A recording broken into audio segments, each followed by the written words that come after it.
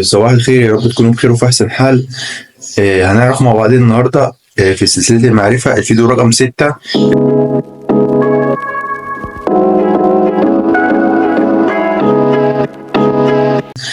هنعرف مع بعض النهاردة الفرق بين الريزومي والسي في. الريزومي ده بيتكون من صفحة لاتنين، إنما السي في بيتكون من 3 صفحات ل10.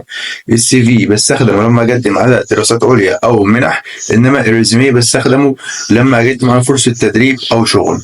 طب إيه هو الريزومي؟ الريزومي ده عرض مؤهلاتك بشكل مختصر على الوظيفة اللي انت مقدم عليها. يعني على سبيل المثال لو انا مقدم على فرصة عمل كبي ار، فانا هكتب اللي هو تطوع كان ايه خلال فترة البي ار، تطوعت فين، شغلي كبي ار، مثلا الكورسات اللي خدتها في البي ار. يعني هقدم او هكتب في الريزومي الحاجة اللي انا خاصة بالمجال هقدم عليه فقط. انما السي في لا، بيبقى لامم كل حاجة، هو عرض بشكل عام على كل المهارات والمؤهلات العلميه والدراسيه بشكل كامل. تمام. تمام، يعني انا دلوقتي لو اشتغلت مثلا قبل كده بي ار اتش ار، اشتغلت محاسب، اشتغلت ماركتنج، فببدا اوضح كل ده في السي في. انما الريزومي بكون على الوظيفه المقدم عليها فقط. معلومه كده في السريع، وبالتوفيق لكم ان شاء الله.